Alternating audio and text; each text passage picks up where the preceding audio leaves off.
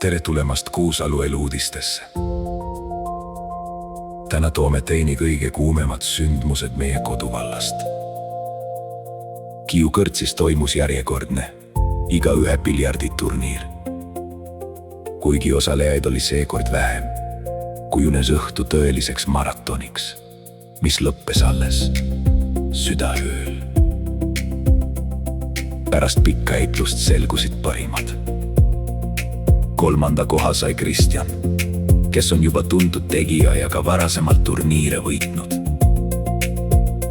Teise koha võitles välja Villi, kes tegi sel korral tõeliselt ülihea mängu ja pakkus konkurentidele tugevat närvikõdi.